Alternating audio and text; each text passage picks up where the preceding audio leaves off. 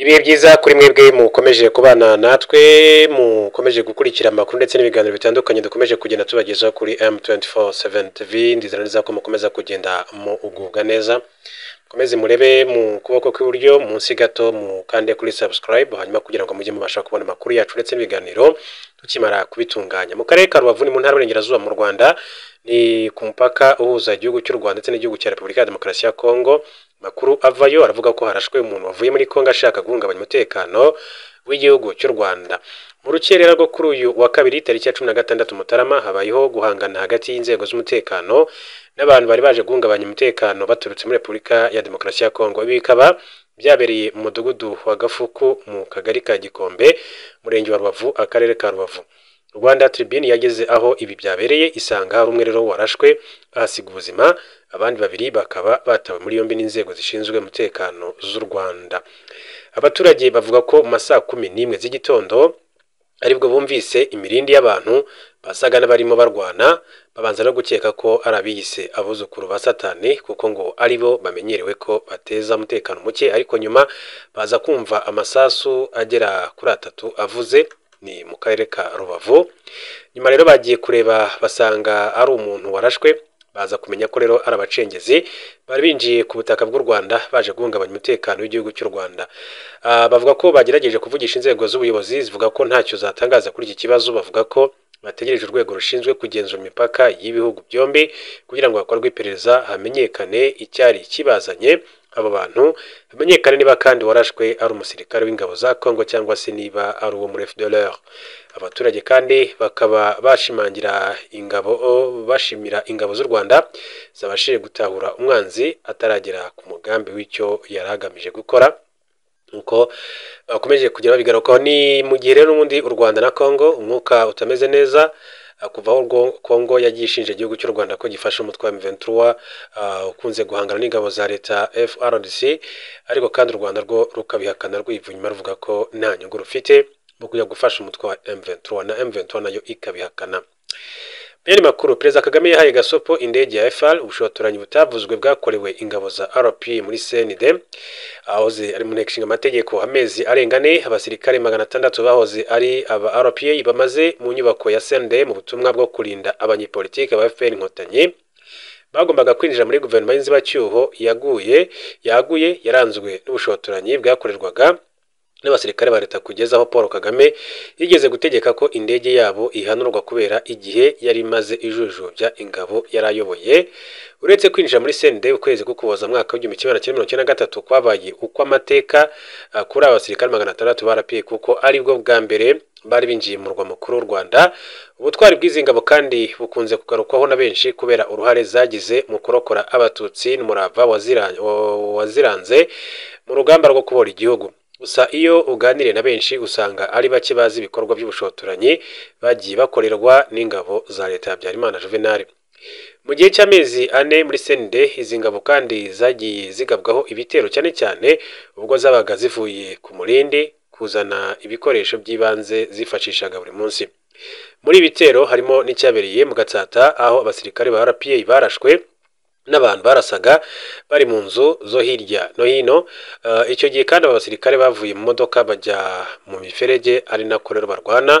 Iki gitero cyaguyemo umusirikare umwe wa RPA, ariko nyuma baza kubona ubufasha bw'abandi bavuye CND birukana ababarasaga. Ubushotoranyi kandi bwagaragaye n'ubwabaye ku itariki ya 5 Mutarama mwaka wa 1994 ku munsi wagombaga kurahiriraho abari bagize guverinoma y'inzibacyuho yaguye. Mbere yuko Perezida Habyarimana ahagera, abamurindaga bazwi cyane ku izina ry'abajepe barahasesekaye maze baba aribo bashaka ko bacunga umutekano, ariko abajepe bananiwe kuhiganza kuko n'inkotanyi zari zahafashe ibirindiro. Birebe byabyaye ubushyamirane buto ariko buhita buhoshwa. Mu mezi yakurikiyeho rero nibwo hagiye rero hagaragara ubushotoranyi karundura nk'uko byemezwa na Sheikh Abdul Karim Harerimana wari mu banyapolitike ba FPR Inkotanyi babaga muri CND. Mu kiganiro yagiranye n'ikinyamakuru rya Akadomo ko Ambasaderi Sheikh Harerimana yavuze ko hari n'igihe bamaze iminsi bazengerezwa n'indege ya gisirikare Habyarimana yacaga kuri CND igendera ku butumburuke buri hasi kugeza ubwo Paul Kagame wari uyoboye ingabo za RPA yazisabye guha iyi ndege ubutumwa no kuvuga kwirasaho. Ati bigeze kohereza indege yabo ati basirikare ariko itari indwanyi ati za zindi zikora ubwikorezi za gisirikare ati kiraza kiduca hejuru hariya kuri CND ati kigenda hasi cyane ati ku buryo cyadusakurizaga ati kirahita ati bwa mbere ati kiragaruka ubwa kabiri ati abasore rero ati bagisha inama fande ngo tubigenze dute. Aravuga ati mu gihe Gasopo ati nikigaruka ati mucyohereze ubutumwa bukibwira ko nikigaruka ubwa kane gishobora kudasubirayo. Niko rero byagenze ubwa kabiri ati kimaze guhita ati ubwa gatatu rero ati abana bacyohereje ubutumwa ati bari mu ndege ati byanze bikunze barabubonye ati bagenda bagiye ntabwo bongeye kugaruka. Yavuze ko ubwo abasirikare ba RPA barasaga kuri indege bakoresheje imbunda ziringaniye ati zishobora kugera kuri ubwo butumburuke indege yari iriho. Shehe Harerimana yavuze kandi ko usibye abasirikare ba leta abayoboke b'ishyaka CDL barangwaga n'ubuhezanguni n'ibikorwa by'urugomo ati nabo bashotoraga RPA bagashyiraho bariyeri zitangira ati abari bayihagarariye. Mu gihe FPR Inkotanyi kandi yari mu mishyikirano y'ubutegetsi bwa Juvenal Habyarimana Lieutenant General Retired Karenzi Karake Wolf Petit Lieutenant Colonel yarahagarariye RPA mu butumwa bw'amahoro bw'umuryango w'abibumbye MINUAL. Ambasaderi Harerimana kandi yavuze ko mu gihe cy'imishyikirano abarwanashyaka ba CDR ngo bari barigize abatavugirwamo ati bakundaga gukora imyigaragambyo muri Kigali bagakora urugomo bagafunga imihanda bigera naho rero bashwanyaguza ibiro bya Minisiteri y'Ububanyi n'Amahanga. Ati CDR yakundaga gukora imyigaragambyo ubuzima ndetse kandi ati bugahagarara muri Kigali. Abantu bose ati bagize ubwoba ngo CDR yavuze yategetse yafunze imihanda ati leta igahagarara tubucuruzi bugahagarara ati ndibuka bo bigeze no kujya no muri Minafet Minisiteri y'Ububanyi n'Amahanga kandi hariyo na bamwe mu ba CDR bakuru ati baragenda barashwanyaguza ibiro bya Minisiteri ati bashakamo ngo ayo masezerano bayasinyeho ku ngufu. Shehe Harerimana atangaje ko byageze abarwanashyaka basatira CND ati bagerageza gufunga umuhanda waho ati bariya bakoze imyigaragambyo yabo barayagura ati bayigeza kuri CND hafi ya za Simba ati ku Gishushu ati bashyira bariyeri ku buryo nta muntu washoboraga kuhaca ati bagendaga rero bareba amazuru ati bakareba uwo bahohotera uwo bareka ndetse akagenda. Ati ubushotoranyi bwabo muri CDR ati kuri Karenzi Karake ati bwabaye ubwo yaravuye gusura batayo ya gatatu yari muri CND. Shehe Harerimana rero yasobanuye ko uwo munsi abarwanashyaka bari bafunze imihanda bakumira inama ya MINUAL yagombaga kubera kwa Rando.